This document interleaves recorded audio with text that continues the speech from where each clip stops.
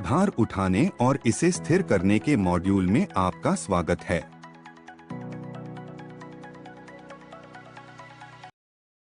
इस मॉड्यूल के पूरा होने पर आप भार उठाने के तरीकों के बारे में बता पाएंगे, उत्तोलक और इसके 3 भाग और उत्तोलक की 3 श्रेणियों को परिभाषित कर पाएंगे, क्रिबिंग की प्रक्रिया के बारे में समझा पाएंगे, भार को स्थिर करने में इस्तेमाल होने वाले 2 प्रकार के क्रिबिंग की सूची बना पाएंगे, किसी भार को लुढ़काने के चरणों को समझा पाएंगे और स्वयंसेवकों की भूमिका को समझ पाएंगे। जब प्राकृतिक आपदाएं या एक बड़े पैमाने पर आपातकालीन स्थितियां उत्पन्न हो जाती हैं, तो घायलों या फिर जिन लोगों को खतरा होता है, उन्हें सुरक्षित स्थान पर ले जाना जरूरी हो जाता है। रोगियों को सुरक्षित रूप से लाने और ले जाने से उनके जीवित बचने की संभावना बढ़ेगी और उनके ठीक होने की प्रक्रिया में मदद मिलेगी। प्रभावित क्षेत्रों से मलबा हटाना भी जरूरी होता है, क्योंकि इससे बचाव टीमों को प्रभावित क्षेत्र तक पहुंचने और संभावित क्षति को रोकने में मदद मिलती है। लेकिन हम मरीजों को नुकसान पहुंचाए बिना उन्हें सुरक्षित स्थान पर कैसे पहुंचा सकते हैं और चोट बचाकर भारी भार कैसे उठा सकते हैं? आइए इस मॉड्यूल में इन सवालों के जवाब पता लगाते हैं। आइए भार उठाने के नियमों को समझकर शुरुआत करते हैं। भार उठाने में सुविधा और चोट से बचाव के लिए हमें अपने शरीर को सही मुद्रा में रखना चाहिए। यह भार उठाने के मूल नियम हैं। आप जो कदम उठाना चाहते हैं, उसके बारे में सावधानी से सोच लें और स्थिरता के लिए अपने पैरों को ठीक तरीके से रखें। भार को अपने पैरों के सहारे उठाएं, अपनी पीठ के सहारे नहीं। भार उठाते समय जितना हो सके अपनी पीठ को उतना सीधा रखें। कमर के जरूरत से ज्यादा मुड़ने से बचने की कोशिश करें। एक हाथ से भार उठाते समय विपरीत दिशा में झुकने से बचें। किसी वस्तु को पकड़ने के लिए अपने घुटनों को मोड़ें और अपनी पीठ सीधी रखें। जितना हो सके वस्तु के वजन को अपने शरीर के पास रखें। किसी मरीज को उठाते समय अपने साथी या टीम और मरीज के साथ स्पष्ट संवाद करते रहें।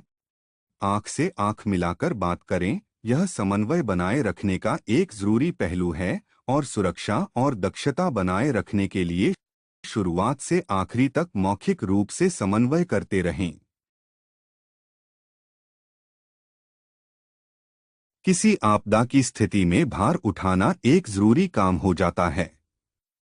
किसी और दुर्घटना को रोकने और तनाव कम करने के लिए भार उठाने के सिद्धांतों को समझना जरूरी है। आइए अब भार उठाने की अवधारणा समझते हैं। मनुष्य ने बहुत पहले ही यह जान लिया था कि मशीनों से काम करना शारीरिक काम की अपेक्षा आसान होता है। हालांकि कुछ स्थितियों में भारी उपकरण इस्तेमाल नहीं किए जा सकते हैं, क्योंकि उस उपकरण के आवागमन या उसके संचालन से पीड़ित को खतरा हो सकता है तथा इससे और भी नुकसान हो सकता है। ऐसी स्थितियों में बुनियादी उपकरणों का इस्तेमाल किया जा सकता है, जिससे अधिक भार को सुरक्षित रूप से उठाने के लिए काफी ज्यादा यांत्रिक लाभ मिल सके। आइए अब भार उठाने के तरीकों पर बात करते हैं। किसी भार को उठाने या इसे हटाने से पहले इन कारकों को जांच लेना चाहिए। उस भारी वस्तु का भार हटाने के क्या परिणाम होंगे, यानी कि क्या होगा, और भार उठाने या हटाने के लिए कौन सा तरीका इस्तेमाल करना चाहिए। भार उठाने के 3 तरीके होते हैं। इसमें यह आते हैं: उत्तोलक, कमलोंग और हाइड्रोलिक जैक या रैम। आइए इन तरीकों पर विस्तार से चर्चा करते हैं। उत्तोलक भार उठाने का एक आसान तरीका है। कोई उत्तोलक 3 भागों से मिलकर बनता है। इसमें यह शामिल होते हैं: आलंब, फलक्रम, भार और बल। उत्तोलक एक दृढ़ छड़ होती है जो या तो सीधी या फिर मुड़ी हुई होती है। यह एक निश्चित बिंदु के चारों ओर स्वतंत्र रूप से घूम सकती है, जिसे आलंब कहते हैं। आलम वह वस्तु या स्थान है जो उस समय भार को सहारा देता है जब उत्तोलक का इस्तेमाल किसी दूसरी वस्तु को हटाने के लिए किया जाता है। यह उत्तोलक के कुछ अनुप्रयोग हैं। किसी ऐसे भार को उठाना जो इतना भारी है कि उसे हाथ से नहीं हटा सकते हैं, खींचना या ढुलाई, और ऊपर उठाना। यह उत्तोलक के कुछ सामान्य उदाहरण हैं: फावड़ा, क्रोबार, सरौता चिमटा, हथौड़ा, कैंची और पाना। उत्तोलक के तीन प्रकार होते हैं: प्रथम श्रेणी के उत्तोलक, द्वितीय श्रेणी के उत्तोलक और तृतीय श्रेणी के उत्तोलक। इसके बारे में अधिक जानकारी के लिए प्रत्येक प्रकार के उत्तोलक पर पॉइंटर को ड्रैग करें।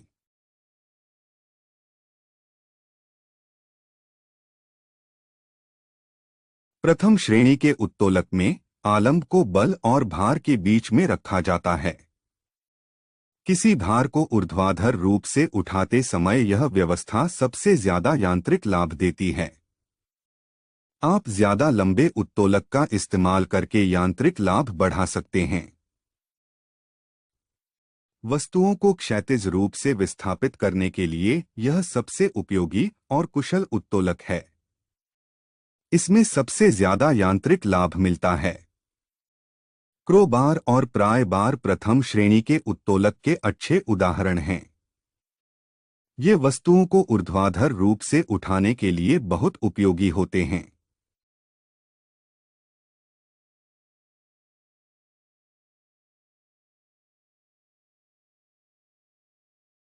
द्वितीय श्रेणी के उत्तोलक में भार को बल और आलम्ब के बीच रखा जाता है। इसमें एक छोर पर आलम्ब, बीच में भार और दूसरे छोर पर बल होता है। व्हील बैरो द्वितीय श्रेणी के उत्तोलक का एक प्रकार है। यह वस्तुओं को क्षैतिज रूप से विस्थापित करने के लिए एक बहुत ही उपयोगी और कुशल उत्तोलक है।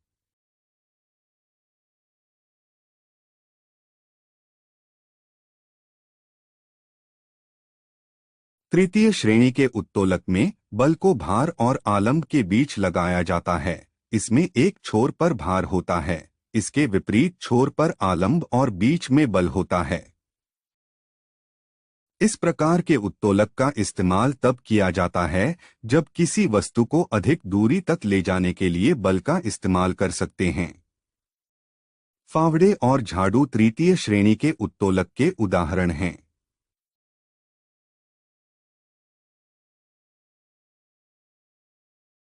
आइए इन तरीकों पर विस्तार से चर्चा करते हैं। कमलोंग से एक उत्तोलक और गियर रैचेटिंग सिस्टम का इस्तेमाल करके भार को उठाने और खींचने के लिए यांत्रिक प्रदान करता है। इसमें एक सिरे पर एक एंकर हुक और एक लोड हुक चेन या स्टील केबल से जुड़ा होता है, जिसे वापस खींचा जा सकता है। रैम पर बल लगाने के लिए हाइड्रोलिक जैक उत्तोलक से संचालित होते हैं। मुख्य रूप से इन उपकरणों का इस्तेमाल भारी भार उठाने के लिए किया जाता है। हालांकि आमतौर पर उनकी पहुंच बहुत कम होती है, फिर भी वे बहुत शक्तिशाली होते हैं। एक हाथ से इस्तेमाल होने वाला बॉटल जैक 50 टन तक वजन उठा सकता है। हाइड्रोलिक जैक टेबल को जमीन पर रखना जरूरी होता है। जैक को पार्श्व भार संभालने के लिए नहीं बनाया गया है।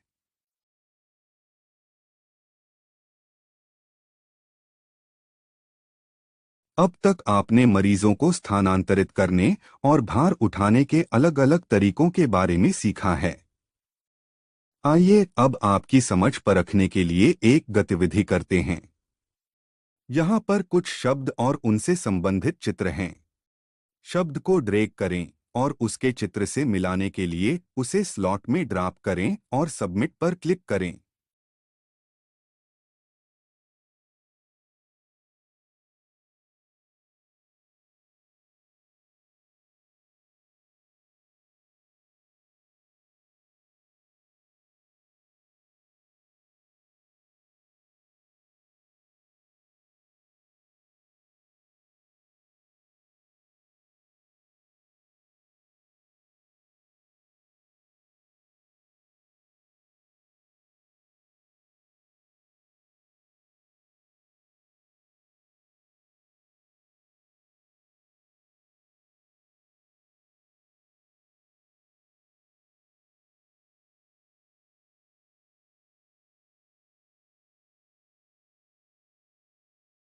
बचाव कार्य के दौरान फंसे हुए व्यक्ति की तलाश करते समय भार उठाने की जरूरत पड़ेगी।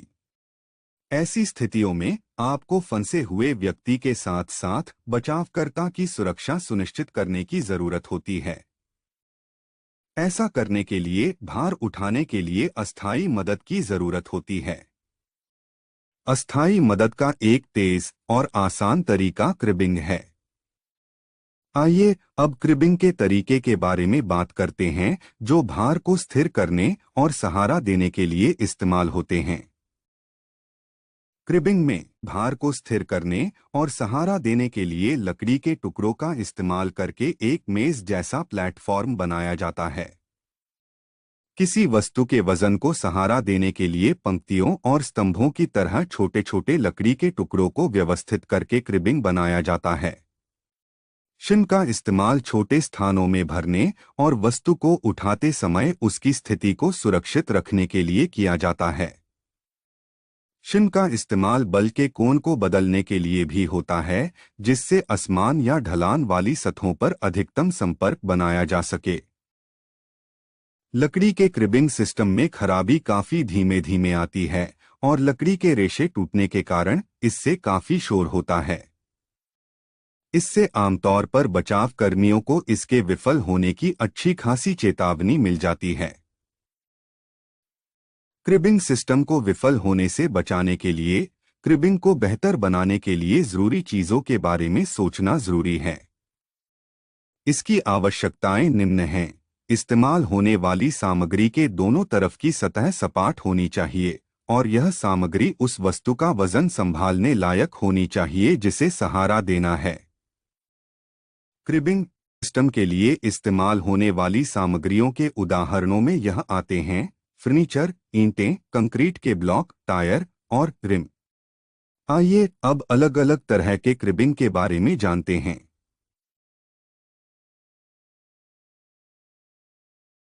क्रिबिंग मुख्यतः दो तरह की होती है, बॉक्स क्रिबिंग और प्लेटफॉर्म या क्रॉसटाई क्रिबिंग। अधिक जानकारी के लिए प्रत्येक तस्वीर पर क्लिक करें। बॉक्स क्रिबिंग का निर्माण हर परत में दो समानांतर ब्लॉक का इस्तेमाल करके एक वर्गाकार विन्यास में लकड़ी के ब्लॉक से होता है। परतें एक दूसरे से 90 अंश पर व्यवस्थित की जाती हैं, जिसमें लकड़ी के ब्लॉक के सिरे एक दूसरे को 10 सेंटीमीटर पर मिलते हैं। बॉक्स क्रिब का केंद्र खुला हुआ होता है।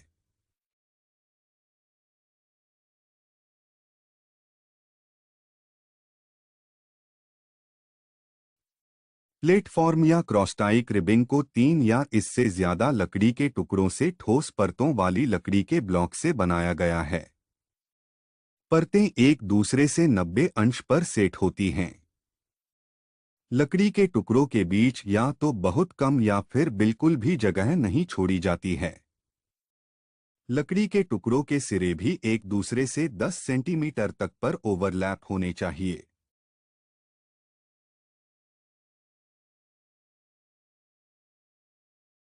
आइए अब क्रिबिंग के लिए दिशानिर्देशों और सुरक्षा मानकों पर बात करते हैं।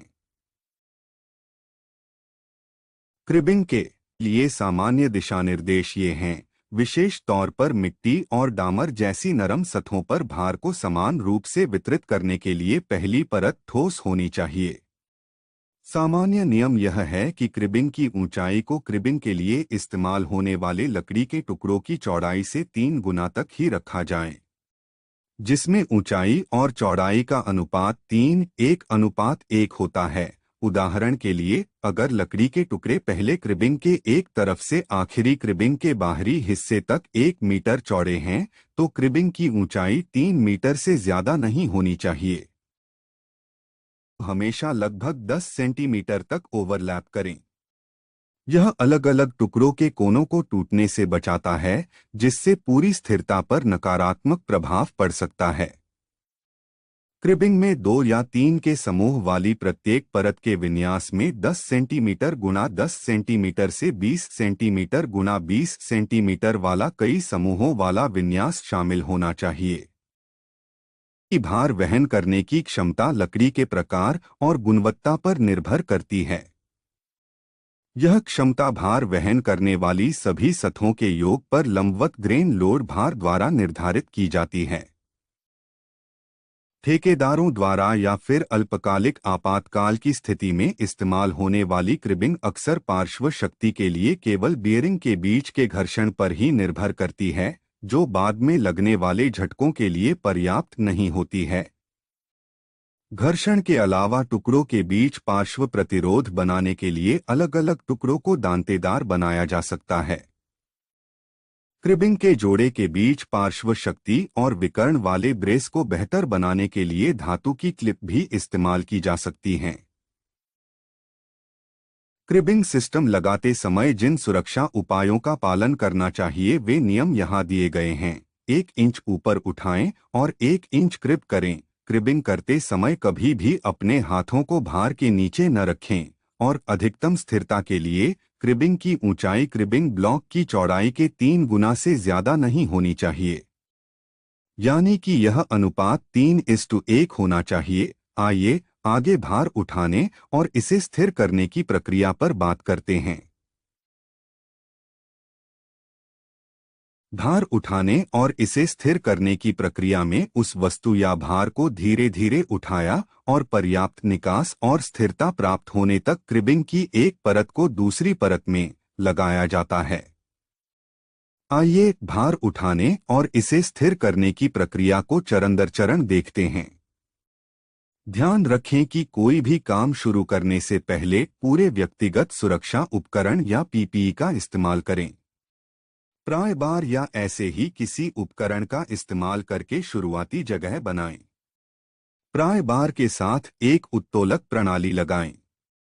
धीरे धीरे भार उठाएं ताकि उसके नीचे क्रिबिंग की पहली परत लगाने के लिए पर्याप्त बड़ी जगह बन पाए।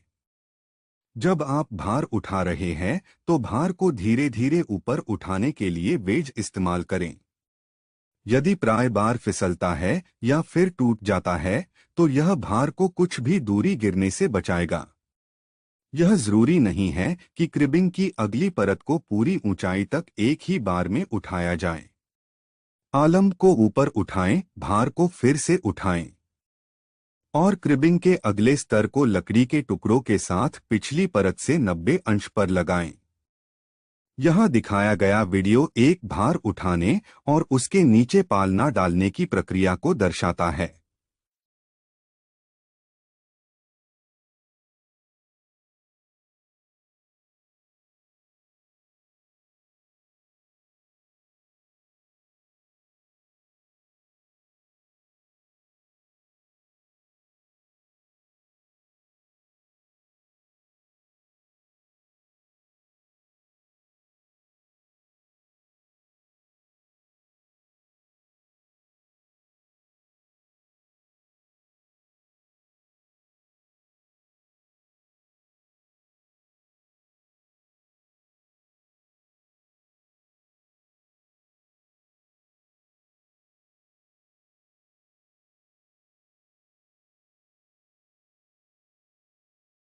सामान उठाने के बजाय आप उन्हें लुढ़काने के लिए धातु की ट्यूब इस्तेमाल कर सकते हैं।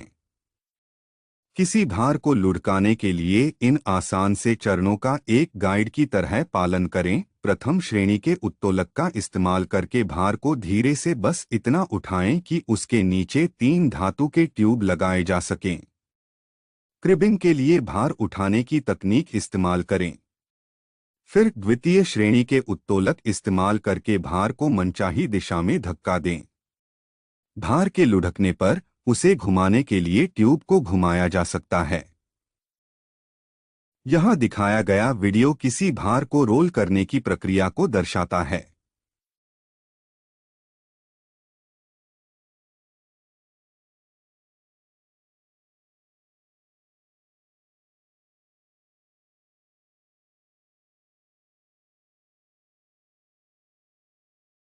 आइए आगे स्वयंसेवकों की भूमिका के बारे में जानें।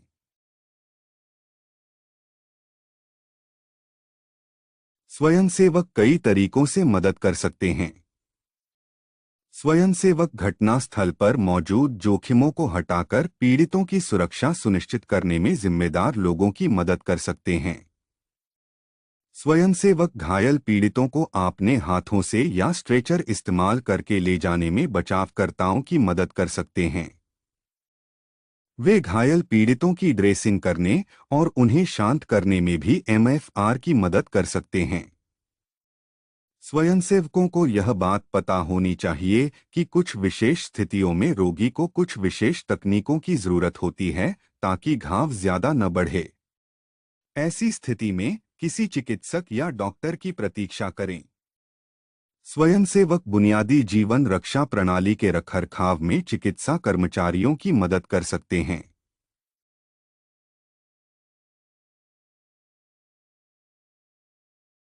इसके साथ हम मॉड्यूल के अंतिम पड़ाव पर आ गए हैं। आइए मॉड्यूल में जिन मुख्य बिंदुओं पर बात हुई है उन्हें दोहरा लेते हैं। आपदाओं के समय घायल लोगों को सुरक्षित स्थान पर ले जाना जरूरी होता है।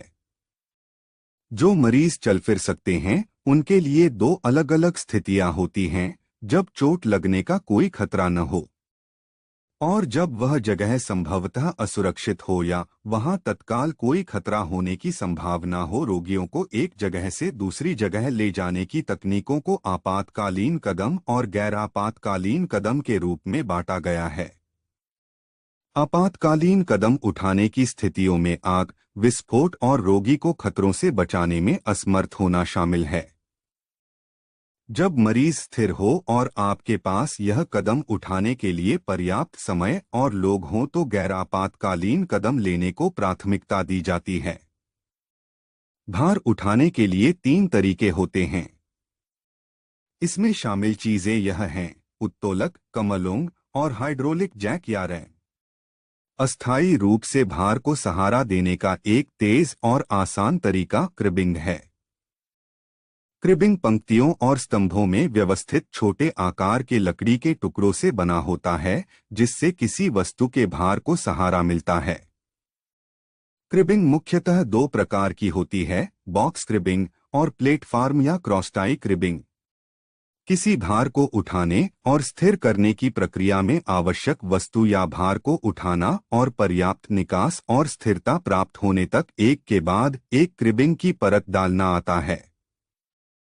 पीड़ितों की सुरक्षा सुनिश्चित करने में स्वयंसेवक बचाव कर्मियों की मदद कर सकते हैं।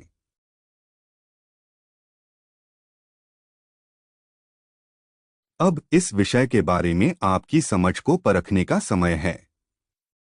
यह एक मूल्यांकन अभ्यास है। हर सवाल के लिए समान अंक तय किए गए हैं। टेस्ट में सफल होने के लिए कम से कम 60% अंक लाना जरूरी है। सवालों को ध्यान से पढ़ें और उचित विकल्पों को चुनें।